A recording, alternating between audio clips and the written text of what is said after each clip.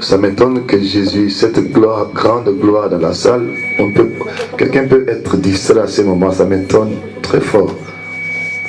C'est le moment de profiter de la présence de Dieu. C'est le moment de recevoir de Dieu ce qui est bon. C'est le moment de monter dans sa présence. Dans sa présence, la maladie peut quitter ton corps. Dans sa présence, les chaînes peuvent tomber de ta vie. Dans sa présence, tu peux sortir de toute forme d'emprise de l'ennemi. Ça m'étonne que tu sois distrait à ces moments. Dis à ton Dieu quelque chose. Je veux que tu me visites aujourd'hui. Dis, parle à ton Dieu. Prie. Prions en haute voix. Ne murmurons pas. Prions. Seigneur, je veux que tu me visites. Lève ta voix et prie. Je le veux, Seigneur, que tu me visites aujourd'hui. Quand tu pries, et il te visite en même moment. Au même moment que tu es en train de prier, le Seigneur est en train de te visiter. Le Seigneur est en train de te toucher. Sa main n'est pas courte pour te toucher. Sa main n'est pas courte pour te saisir. Alléluia. Alléluia. Alléluia. Alléluia.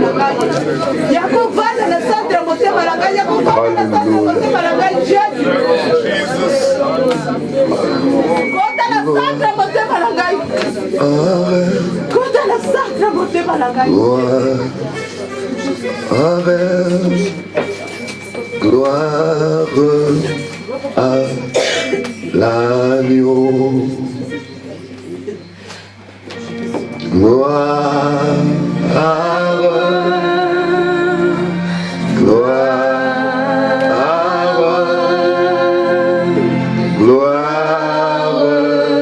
à l'agneau. Chantons gloire.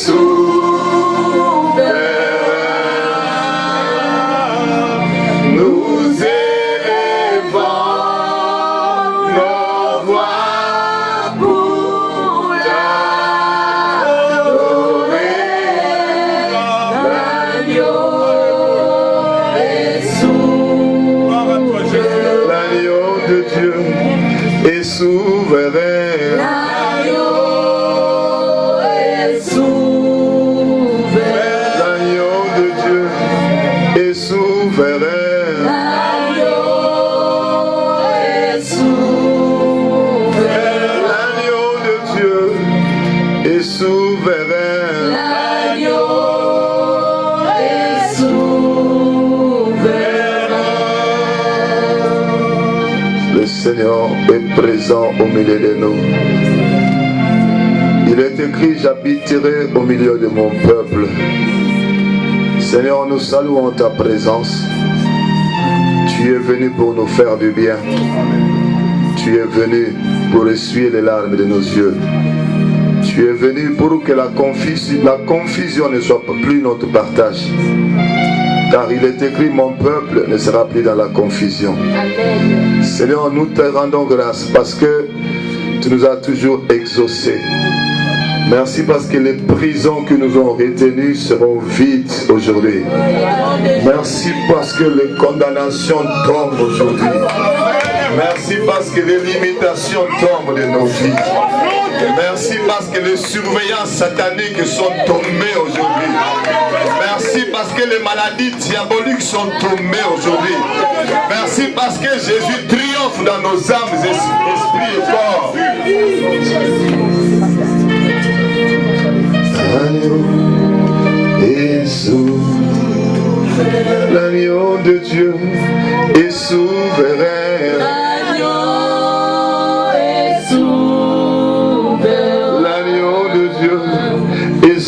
souverain. L'agneau est souverain. L'agneau de Dieu est souverain. L'agneau Devant toi, tout genou fléchi. Oh, l'agneau de Dieu est souverain. Le vainqueur de Golgotha, c'est toi. L'agneau de Dieu est souverain. Les antennes, les caméras, les radars tombent. L'agneau de Dieu est souverain. Merci pour le témoignage de nos vies. Gloire et louange à toi, Seigneur Jésus. On acclame très fort Jésus. Merci, le chant, soyez bénis.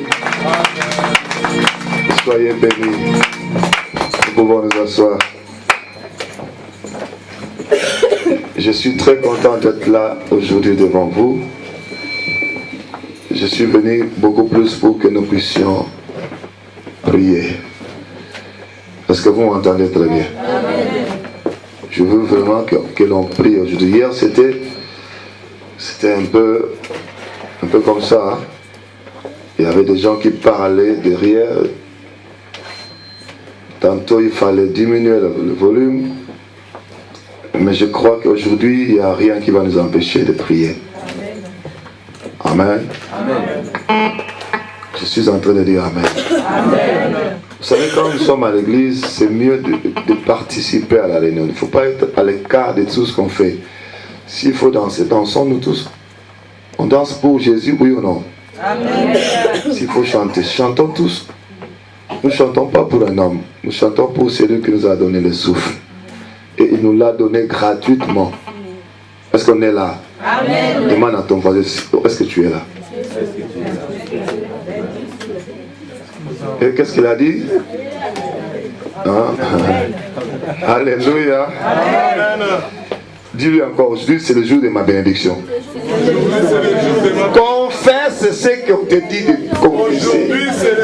Dis à ton voisin, aujourd'hui c'est mon jour, le jour de ma bénédiction. Aujourd'hui c'est le jour de ma bénédiction. Il te sera fait selon ta foi. Si tu crois que ça sera le jour de ta bénédiction, la bénédiction viendra. Amen. Est-ce qu'on peut me créer un peu de l'espace ici? Parce que je trouve qu'aujourd'hui je dois beaucoup bouger, parce qu'aujourd'hui ça va beaucoup chauffer, hein? Amen. Je le sais. Nous sommes venus parler de Jésus-Christ. Nous sommes venus parler de qui? C'est lui, c'est de lui qu'il s'agit aujourd'hui. Et nous allons démontrer de quoi il est capable dans nos vies. Amen.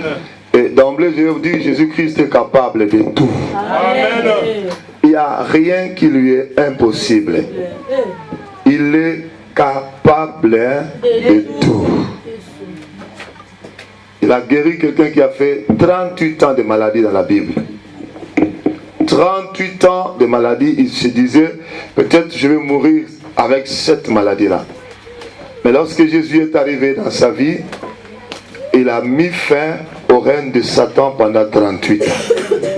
Je vais annoncer à quelqu'un qui a beaucoup souffert dans sa vie, je veux annoncer à quelqu'un qui a pris beaucoup de temps dans la souffrance, même si la nuit est longue dans ta vie, le jour finira par apparaître. Amen. Aujourd'hui, c'est ton jour. Amen. Je n'entends pas les amens. Amen. Aujourd'hui, c'est ton jour. Amen. C'est le jour où Jésus va essuyer tes larmes. Amen. C'est le jour où Jésus va changer les circonstances de ta vie. Amen. La Bible dit ceci: les ténèbres ne régneront pas toujours. Alléluia. Est-ce qu'on est là? Amen. Les ténèbres ne régneront pas toujours. C'est le règne de la lumière maintenant. Amen. Jésus-Christ est la lumière. Amen. Je dis Jésus-Christ est la lumière. Amen. Il est venu sur la terre, il est né d'une femme qu'on appelle Marie. Et la Bible dit Jésus est né sans l'intervention d'un homme. Nous tous qui sommes là, nous sommes nés de père et de mère. Même si je ne connais pas mon père ou ma mère, mais il existe. Mais Jésus est né sans qu'un homme puisse intervenir dans le corps de cette femme Marie. Des choses que l'œil n'a pas vues, des choses que l'oreille n'a pas entendues, mais Dieu est capable de faire cela. Et il ne s'est pas arrêté avec Marie. Parce qu'avant Marie, on n'a jamais vu, on n'a jamais entendu qu'une femme enfante sans l'intervention d'un homme. Et le Dieu que je vous amène aujourd'hui, il est le Dieu qui est capable de faire des choses que l'œil n'a pas vues, que l'oreille n'a pas entendues, des choses qui ne sont pas montées dans le cœur des hommes, mais lui seul est capable de le faire. Amen. Lorsqu'il a visité Marie, qu'est-ce que la Bible dit? Dieu lui a dit, tu deviendras enceinte, tu enfanteras un fils. Et avant Marie, pareil, ça ne s'était jamais fait. Est-ce qu'on est là avec moi? Amen. Mais Marie a cru à cela. Elle a dit, je suis ta servante, qu'il me soit fait selon ta volonté. Quelle était la volonté du Seigneur? Que Marie tombe enceinte sans l'intervention d'un homme. Vous savez, dans les églises, nous tournons en rond parce que nous ne comprenons pas que Dieu peut commencer une chose que l'œil n'a pas vue, que l'oreille n'a pas entendue par toi. Il peut le faire, il peut commencer par toi. Amen. Mais quand on déclare une telle chose dans ta vie, tu regardes comme ça, je n'ai jamais entendu ça. Dieu n'a pas besoin de faire quelque chose que tu as déjà entendu. Il peut commencer quelque chose par toi. Amen. Amen. Je dis Dieu peut commencer quelque chose par toi. Amen. Je dis Dieu peut commencer quelque chose par toi. Amen. Je répète, Dieu peut commencer quelque chose par toi. Amen. Je veux aujourd'hui booster votre foi. Que vous arrêtez à croire à ce qui s'était déjà passé. Quand Dieu te dit quelque chose, tu vérifies à gauche et à droite. Tu vois, pareille chose, est-ce qu'il y a déjà quelqu'un qui a déjà témoigné une telle chose? Comme hier, j'étais en train de prier pour la terre de Colombe. Les gens les regardaient. Et qu'est-ce qu'il veut faire? Est-ce que ça va marcher? Dieu n'a pas besoin de faire quelque chose qu'on a déjà vu. Il peut commencer avec toi quelque chose qu'on n'a jamais vu. Il a guéri Bartimée. Qu'est-ce qu'il a dit à Bartimée? Recouvre la vue. Il a seulement parlé. Et Bartimée a vu. Lorsqu'il fallait qu'il guérisse cet aveugle dans la Bethesda, qu'est-ce que Jésus a fait? Il n'a pas dit recouvre la vue. Qu'est-ce qu'il a fait? Il a craché. Il a pris le sol. Il a craché dessus. Et il a appliqué à ses yeux. Quelque chose qu'on n'a jamais vu dans la Bible. Ça a commencé par cet aveugle-là. Amen. Et l'aveugle a ouvert ses yeux. Il ne voyait pas clair. Il voyait les hommes comme des arbres. Hein? Et Jésus lui a dit, mais va te laver les yeux dans l'eau de Siloé. Il est allé se laver les yeux. Et quand il a fini de se laver les yeux, il a recouvert la vue. Il a vu parfaitement. Amen. C'est-à-dire, je ne peux pas attendre que Dieu fasse dans ma vie quelque chose qu'il a déjà fait. Il peut commencer quelque chose de nouveau en moi. Amen. Amen. Il peut commencer avec toi. Amen. Et lorsqu'on atteint un certain âge, c'est la ménopause. Amen. Dieu peut contredire les lois de la science avec toi. Amen. Je vais vous amener à aller plus loin dans la foi. Ne regardez pas, ne suivez pas ce que le médecin a dit, ce que l'avocat a dit, ce que les gens ont dit. Mais nous devons suivre ce que Jésus a dit. Qu'est-ce que Jésus a dit? Tout est possible à celui qui croit. Tout est possible. Amen. Arrêtons de limiter notre Dieu. Il est capable de tout. Amen. Je veux vraiment qu'aujourd'hui nous arrêtons, que chacun de nous brise ses limites, qu'il aille plus loin, plus loin, plus loin. Il est le Dieu qui fait les choses que l'œil n'a pas vues, que l'oreille n'a pas entendu, les choses qui ne sont pas montées dans le cœur de l'homme.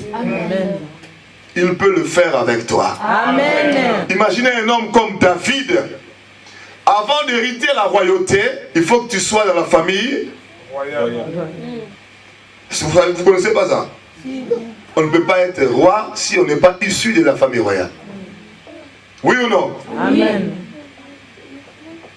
Mais David, né dans une famille pauvre, dans une famille inconnue, mais on lui dit, toi tu vas hériter la royauté, il a accepté, il a cru en ça. Et quand tu dis quelque chose, il accomplit. La Bible dit, la parole de Dieu est droite. Amen. Et les œuvres de sa parole s'accomplissent avec fidélité. Il est un Dieu fidèle. Ah, je dis Dieu est un Dieu fidèle. J'allais dire, comment? Dieu est un Dieu fidèle. Lorsqu'il dit, tout est possible, dans sa fidélité, il fera que dans ta vie, tout te soit possible. Il a besoin d'une seule chose en toi, la foi. Amen. C'est la chose que le diable combat. Il a toujours combattu la foi, car la Bible dit, si tu crois, tu verras la gloire. Lazare est mort 4 jours. Il pourrit, il pourrissait déjà, il sentait mauvais. Mais quand Jésus est venu, il a dit, ôtez la pierre. Qu'est-ce que les sœurs de Lazare ont dit? Il sent déjà mauvais. 4 jours après, on commence déjà à pourrir, à sentir mauvais. Même pas 4 jours, 2 jours après déjà. Il a dit, il y a 4 jours qu'il est là. 4 jours qu'il est dans la tombe. Est-ce qu'on enterre quelqu'un le jour même qu'il est mort? Non. Peut-être on a attendu 4 jours qu'il est dans le tombeau. Mais avant de le mettre dans le tombeau, on n'a pas compté ces jours-là. Si quelqu'un meurt aujourd'hui, on ne le met pas directement dans le tombeau. On va le mettre quelque part et puis après. Mais ça faisait 4 jours que Lazare était dans le tombeau. Sans compter une journée ou 2 jours avant qu'il vienne dans le tombeau. Mais Jésus a dit, peu m'importe, que ça soit 4 jours, que ça soit 10 jours, que ça soit 40 jours, Dieu va libérer cet enfant de la mort. Amen. Avant Lazare, on n'a pas vu quelqu'un faire plus de 4 jours. Même Jésus est ressuscité après 3 jours. On n'a pas vu quelqu'un faire plus de 4 jours dans le tombeau et sortir. Rappelez-vous, je suis en train de parler d'un Dieu qui fait des choses que l'œil n'a pas, que l'oreille n'a pas, et des choses qui ne sont pas montées dans le cœur. Dieu est capable de le faire. Il peut commencer avec toi des choses qu'on n'a jamais vues. Église de Colombe, Dieu peut commencer avec toi des choses que l'œil n'a pas vues, des choses que l'oreille n'a pas entendues. Dans une année, vous pouvez faire 300, 400, 500 membres. Même si l'œil n'a pas encore vu ça, l'oreille n'a pas encore entendu une telle chose à Paris, ça peut commencer avec vous. Ça peut commencer avec vous. Croyez à cela. Amen. Croyez à cela. Amen. Je dis croyez à cela. Amen. Oh, je ne sais pas si vous comprenez. Croyez à cela. Amen. Pensez que votre pasteur allait donner une offrande pour sceller cette déclaration quand il a couché. Alléluia. Par cette bouche-là, j'ai déjà vu quelqu'un avec le sida recevoir la guérison. Tel que je parle là. J'ai déjà vu quelqu'un avec le cancer recevoir le miracle. Seulement tel que je parle là. Quand je dis quelque chose, vous me regardez, c'est pourquoi je fais oh. Parce que vous ne comprenez pas ce que Dieu fait quand je déclare les choses. Amen. J'ai déjà vu hier, je vous ai dit fibrome, myome, kyste. J'ai déjà vu quelqu'un avec de kystes dans... Elle était grosse, la sœur en question. Elle avait des kystes dans la tête. de son enfant qui était dans son ventre. Vous vous rendez compte? Un bébé dans le ventre de sa mère, le médecin fait les examens, il trouve que dans la tête du fœtus là, il y a des kystes dans sa tête. Ça c'est un. Et deuxièmement, il trouve en dehors, dans le trompe de maman, il y a des kystes. C'est-à-dire, le médecin a dit non, même si on pouvait laisser l'enfant vivre, mais toi-même, tu as des kystes. Ça étouffe même l'évolution de la grossesse. Je te conseille, maman, il faut seulement tuer cet enfant. Pourquoi on dit avortement? On dit avortement, mais en réalité, c'est quoi? C'est tuer. Amen. Je te conseille de tuer cet enfant. La sœur a commencé à pleurer. C'était son premier enfant. Elle m'a appelé au téléphone, je suis allé à la maison. On commence à parler, elle me montre l'enfant dans sa tête, dans le ventre de sa mère, a des kystes dans sa tête, c'est compliqué. Même s'il faut opérer, il faut opérer quoi? Comment? Et le médecin a dit, au fur et à mesure que la grossesse va évoluer, ces kystes-là vont aussi... Ça c'est un. Deuxièmement, l'étouffement, les autres kystes qui sont en dehors de l'enfant, ça étouffe l'évolution de la grossesse. Alléluia. Amen. Ça étouffe l'évolution de la grossesse. Et la maman a commencé à pleurer. Elle a commencé à pleurer. Elle a tellement pleuré, son mari lui a dit, mais appelons quand même le pasteur bienvenu. Je suis arrivé dans leur maison. Elle m'a expliqué tout ça. J'ai commencé à rigoler. Moi, je rigole souvent. Moi, ça, c'est Jésus. Je lui ai posé la question. Ça, c'est Jésus qui a dit que l'enfant doit mourir ou c'est un homme qui a dit? Il m'a dit, c'est le médecin, il est un homme. Qu'est-ce que Jésus a dit? Nous allons nous arrêter à ce que Jésus a dit. Ce que le médecin a dit, il est un homme. Un médecin peut se tromper. Amen. Vous n'avez jamais vu un médecin se tromper? Oh, dites-moi, est-ce que vous n'avez jamais vu un médecin se tromper? Namona papa. Hey. Il doit opérer à gauche, il a oublié, il a opéré à droite. Après, quand il ouvre le ventre, il trouve que ce n'était pas là. Vous n'avez jamais vu ça à la télé? Comment moi je dois baser ma vie sur les paroles d'un homme? Un médecin c'est un homme, moi je ne crois jamais au médecin. Je ne crois qu'à la parole. Amen. Si ce que le médecin me dit est conforme à la parole, j'accepte. Si ce que le médecin me dit, ça contredit la parole, je rejette sa parole, je prends la parole de Dieu. Amen. Il doit me dire des choses qui sont conformes ici. S'il me dit des choses en dehors de la parole, je n'accepte pas. Vous pouvez analyser comme vous voulez, moi je n'accepte pas. Amen. Ça fait 20 ans que je refuse d'accepter les médecins. Je ne vous dis pas de ne pas aller dans les hôpitaux, moi-même j'y vais. Mais je vous dis, lorsque le médecin te dit quelque chose qui est contraire à la parole, il faut faire quoi? Au nom de qui? Jésus. Au nom de qui? Jésus. Et quand je priais, je lui ai dit, le médecin a dit l'enfant va mourir dans le ventre. Moi je te dis, l'enfant ne mourra pas. Parce que le médecin a encore rajouté, si je laisse cet enfant vivre, cet enfant risque d'être détraqué mental ou bien mongol, quelque chose comme ça. Hey, Jésus. Moi je lui ai dit, cet enfant ne sera ni détraqué mental, ni mongol, au nom de Jésus. Quand nous avons prié, le Seigneur est descendu dans le ventre. Vous savez que Jésus peut entrer dans le ventre d'une femme? Amen. Parce que vous savez que Jésus est capable d'entrer dans le ventre d'une femme. Amen. Amen. Il a enlevé les kystes dans la tête du fœtus. Il a enlevé les kystes dans le trompe de la femme. Hey. Elle est rentrée dans l'hôpital parce qu'on avait dit, va réfléchir avec, et puis tu reviens dans une date prévue. Elle est rentrée là-bas, le médecin a dit, non, nous allons voir l'évolution de la grossesse aussi bien que de quoi? Je vais me rendre compte si vous me suivez. D'évolution des kystes. Alléluia. Amen. Le médecin a mis la femme là, elle a commencé ses examens.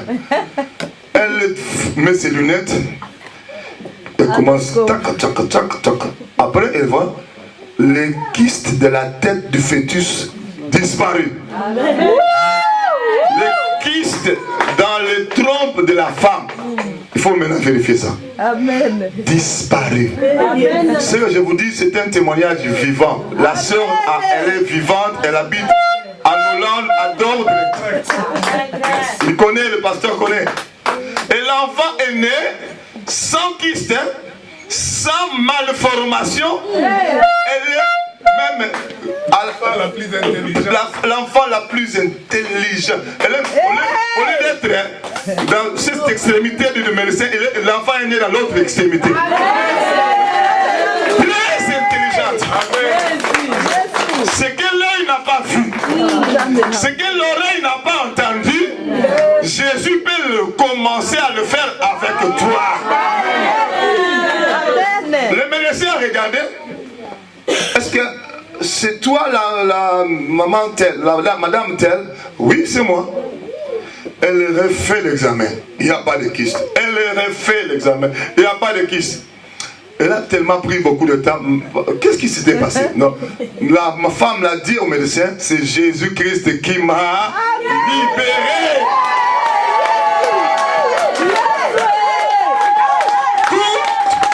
Genou fléchi devant le Seigneur Jésus. Et toute langue confesse que Jésus est Seigneur. Amen. Moi je crois que Dieu peut donner l'intelligence au médecin. Amen. Mais lorsque le médecin me dit quelque chose qui contredit la Bible, je rejette sa parole. Amen. Avant de venir, je viens de prier pour une femme. Elle avait un problème de sang. Elle a perdu du sang. Lorsqu'elle avait eu son deuxième enfant, elle a perdu 2 litres de sang. Et le médecin a dit non, nous devons te transfuser le sang. Elle a accepté. On a pris du sang, on a mis. C'est 11 ans passés. Avant de venir ici, elle avait besoin de la délivrance. Quand je commence à prier, elle tombe. Je m'approche, je vois un blanc qui parle. Je ne sortirai pas de ce corps. Écoutez-moi. Je ne sortirai pas de ce corps. Parce que moi, je suis entré par le sang qu'on lui a transfusé. Je suis un donneur de sang. Celle que je vous donne le témoignage, c'est une sœur en... Elle parle en langue, elle prophétise, elle est assidue, elle aime Jésus. Vous savez, il y a des choses... Des fois, quand on se met à prier à l'église, je vois quelqu'un regarder à gauche, à droite, je me dis, celle-là, celui-là, il ne comprend rien du tout. Quand Jésus te dit, il est descendu, il faut que tu te donnes... Même on va prier même peut-être 5 minutes seulement. À 5 minutes de prière, toi, tu commences à regarder les gens. Mais quand est-ce que tu vas prier? On ne va pas prier pendant 25, 40 minutes. 5 minutes de prière. Fermons les yeux, toi tu commences à regarder à gauche, à droite. Tu commences à regarder les ongles. Tu commences à regarder. Je sais quoi tu cherches. Je vous pousse vraiment à croire qu'aujourd'hui Dieu va faire de grandes choses. Amen. Il a dit, moi je suis donneur. J'étais là dans l'hôpital. Il était là. Quand il dit j'étais là à l'hôpital, c'est son sang qui était là. Or, la vie est dans le sang. Lévitique nous dit ça. La vie est dans le sang. Donc il était là dans ces sangs-là. Donneur de sang. Il m'a donné un nom. C'était un blanc. J'entends sa voix. Un blanc qui vit en Hollande. La Bible dit, venez à moi. Vous tous qui êtes fatigués et chargés. Et moi je vous donnerai du repos. Le problème de l'église c'est quoi maintenant? Nous avons beaucoup de charges. Nous sommes fatigués même.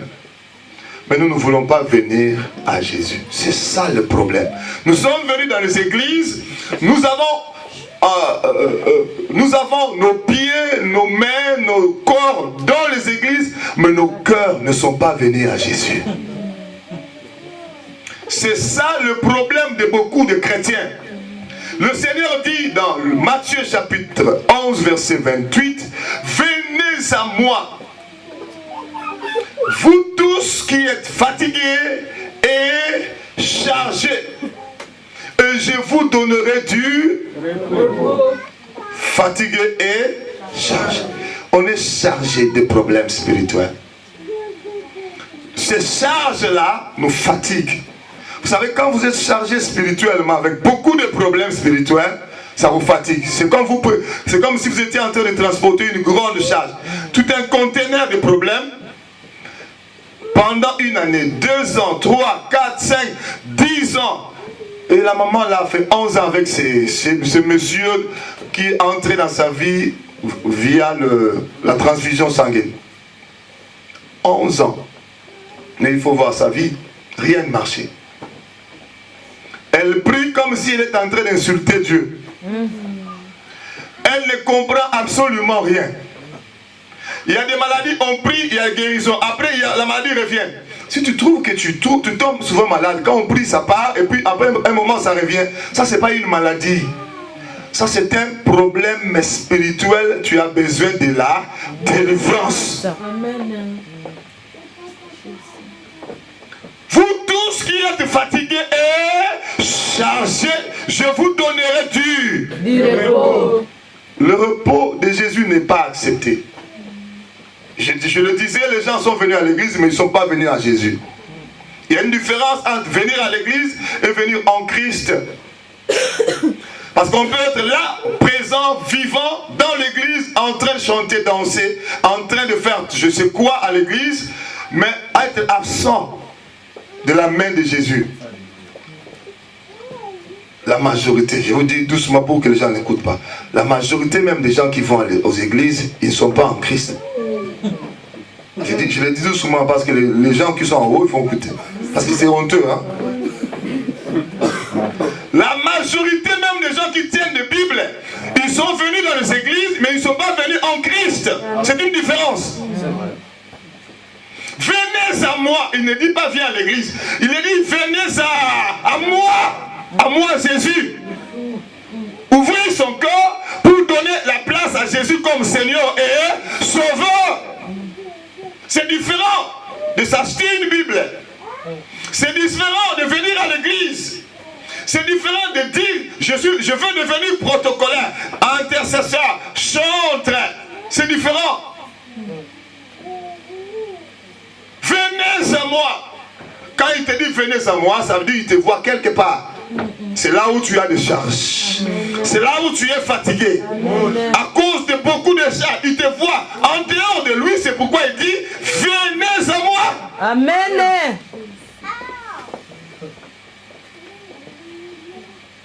Au lieu de venir à Christ, les gens cherchent beaucoup de solutions. Vous savez, dans la Bible, il y avait une femme, dans Marc chapitre 5, la femme est connue parce qu'on le prêche tellement, cette femme-là. Aujourd'hui, là, comme je prêche, elle est prêchée dans presque beaucoup d'églises. La femme qui a perdu le sang pendant 12 ans. Je ne sais pas si on doit faire la comptabilité des prédications. La femme la plus prêchée, c'est celle-là. Elle a perdu le sang pendant 12 ans, sans arrêt. Sans arrêt. Mais je me demande pourquoi elle pouvait avoir un problème de sang aussi. 12 ans.